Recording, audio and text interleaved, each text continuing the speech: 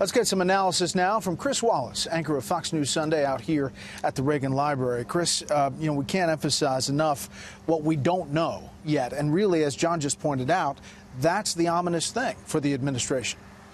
Yeah, I think, though, there are other things that are ominous. We believed that Michael Flynn was liable, was in jeopardy on a variety of issues, including money that he had gotten from the Russians that he hadn't reported, money he'd gotten from the Turkish government that he hadn't reported. We expected a lot of that to be in any guilty plea or any indictment. Those didn't appear. It seems that Robert Mueller, the special counsel, went easy on Michael Flynn. Question, why? Maybe because he thinks that Michael Flynn has good information and that he's gotten a promise of cooperation from Michael Flynn, and there's a quid pro quo there. There's another point I think you have to emphasize. You cannot overstate how important Michael Flynn was in the early days throughout the campaign, when a lot of the more senior, respected foreign policy advisors weren't going to deal with Ronald Reagan because they didn't think he was going to be the nominee or the president. Michael Flynn was his right-hand man on foreign policy, and I've always thought that if there is anything between the president and the Russians, and we don't know that there is, I can't emphasize that enough, Michael Flynn could be the key figure. Yeah, Donald Trump. And the thing about pre-campaign, pre-election, after he gets elected, now there's all this talk about whether Jared Kushner may have told Michael Flynn to reach out to the Russians and others about this vote in the UN Security Council. Talk about that from a legal perspective. It wouldn't be criminal for them to reach out, other than this law called the Logan Act.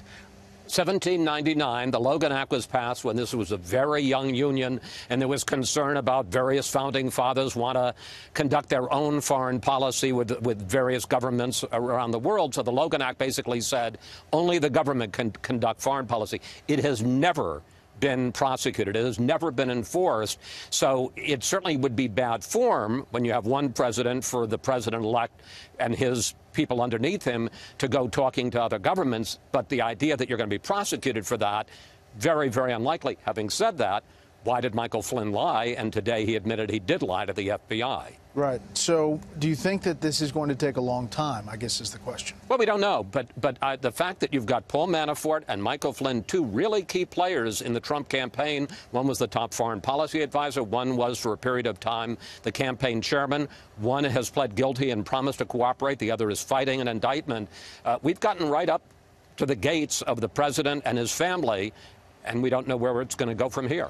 Here at the Reagan Library, Fox News Sunday, this Sunday, with a very special guest. We're going to be talking to two key people. First of all, the National Security Advisor, H.R. McMaster, and then, as somebody who covered Ronald Reagan trips around the world, his Secretary of State during all of those meetings, George Shultz, on the art of the deal. And, man, I know the president knows about the art of the deal. So did George Shultz. That'll be fascinating. Chris, thanks. Thank you.